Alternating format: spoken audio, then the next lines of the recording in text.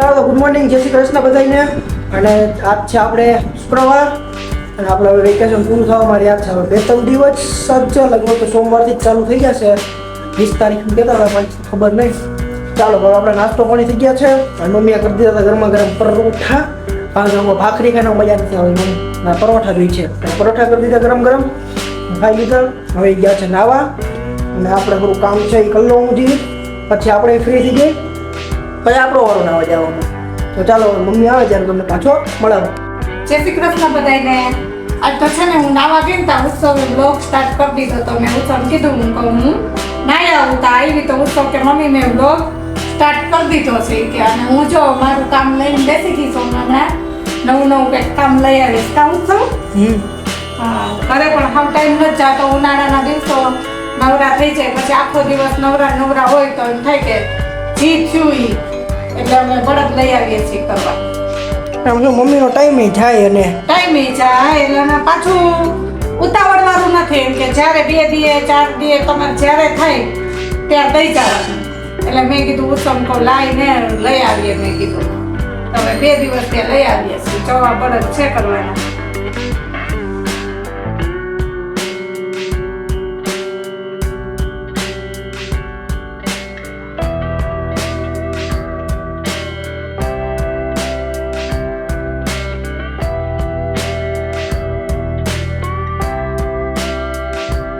એમની આ બળદ તો કરે છે બરાબર, પણ કામમાં શું આવે કે શોપીસમાં રાખવાના?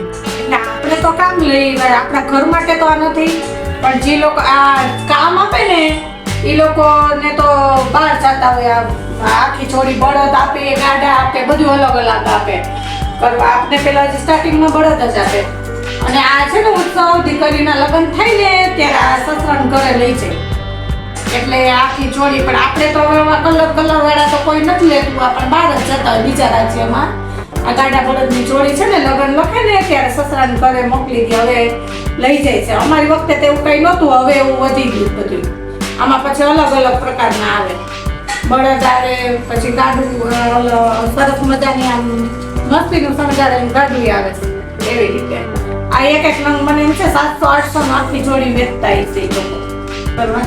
પછી આખી જોડી તો એ 800 થી નીચે તો વેચતા જ નહીં હોય. એમાં બધું આવી જાય, બળદ ને પાછળનું ગાડું ને બધું. હાલો બપોર પછીના 5 વાગી ગયા, ચા પાણી પી લીધા અને આપણે જે સવારે કામ લઈ આવ્યા હતા એ પૂરું થઈ ગયું. અને હવે એમાં આવતા હવે તો હજી તો પહેલી વખત કામ લઈ આવ્યા હતા, શનિ રવિની રજા આવી એટલે કામ જો આપણું કમ્પ્લીટ થઈ ગયું. દેવા જવાનું બાકી છે પણ હવે શનિ રવિ 2 દિવસ, રવિવારે તો અહીંયા રજા રહી જ છે પણ શનિવારે એ લોકો બહાર ગયા એટલે રજા આવી. એટલે શનિ રવિ 2 દિવસની રજા છે તો આપણે બીજું ઘરનું નવીન કામ કરી લઈ. તો આજ હું હવે માંડવી હું લાઈ થોડીક ખોલી નાખું, નવરી છું તો ઉત્સવ હવે નાસ્તો કરી લઈએ અને હું હવે થોડીક માંડવી ખોલી લઉં. હાલો જો ભાખરી ને ખીચડી થઈ ગયું અને આજ છે ને આપણે ગરમા ગરમ વડીનું એટલે કે લાઈવ ગાંઠિયાનું શાક બનાવું છું. વઘાર કરી લીધો અને ગાંઠિયા હવે પાડું છું. આ ઉત્સવના શાક બહુ ભાવે, ખાવું છું બહુ જ ભાવે. અને ટાઈમે શેનું શાક કરવું એ જ ચિંતા થાય ઉનાળામાં. એટલે મેં કીધું કેદુનું આ શાક કરી દીધું નથી ને ઉત્સવને તો કરી દઉં તો મજા આવે. એટલે મેં કીધું આ છેલ્લે રાખું, ગરમ ગરમ હોય ને તો મજા આવે. આવું શાક ચોકડીનું, સેવ ટમેટાનું, ગાંઠિયાનું. તૈયાર ગાંઠિયાનું શાક પાછું અમારે ન ભાવે, આ લાઈવ ગાંઠિયાનું બનાવીએ ને તો બધાને ભાવે. હાલો હવે બની જાય પછી બતાવીશ કેવું બને. ચાલો ડેડી આવી ગયા છે આપણે અને કંઈક આમ પગમાં લગાવ્યું છે. હવે શું લગાવ્યું?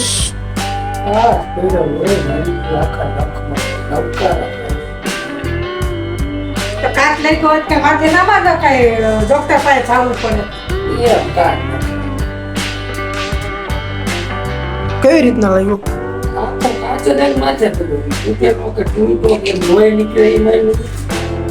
ગમે કેમ પાણો પડ્યો હોય લોહી મરી જાય તો કાચ ક્યાંથી પડ્યો? દુકાને કપાયો ને કાચ દુકાન અહીં લીધું. ઓહો અહીં લઈ ઉત્સવ અહીં લઈ ગયું ને અહીં લઈ ગયું. પણ ભીનું કપડું બપોરનું વીટું હે. ઓહો લોહી મરી ગયું તો નવકારા નાખે. પણ એક દવા લઈ આવો પાકે તો ભલે પાકે નહીં આ કે નહીં ના દુખાવો 2 દિવસ થાય લોહી મરી ગયું. લાવો વીટી દો. જો તો ખરા હાવ કાળું કાળું થઈ ગયું. ક્યારે લાગ્યું આ બપોરનું કપડું બાંધી દીધું તું?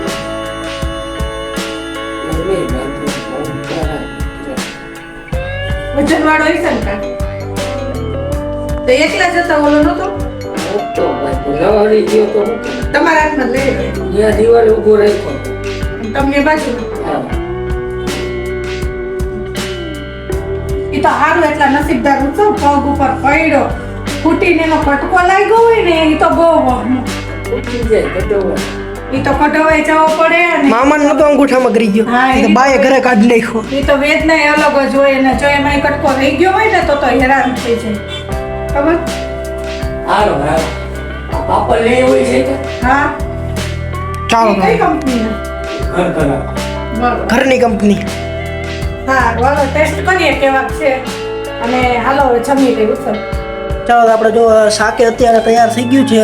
કઢીનું લાઈવ ગાંઠિયાનું શાક, ખીચડી, ભાખરી, સલાડ ને અડદના પાપડ અને ઠંડી ઠંડી છાશ ફ્રીજમાંથી કાઢવાની. હાલો હવે અમે જમી લઈએ. પાછું શનિવાર છે એટલે સાંજના ઉત્સવ ને બેને જવું હોય મંદિરે એટલે હવે ફટાફટ જમી લઈએ વેલા વેલા. હવે જમીન નવરા થઈ ગયા છીએ. હવે હું ડેડી બે જાય છીએ મંદિરે. ચાલો હવે મંદિરે જાય ત્યાંનું શૂટ કરીને તમને બતાવશું.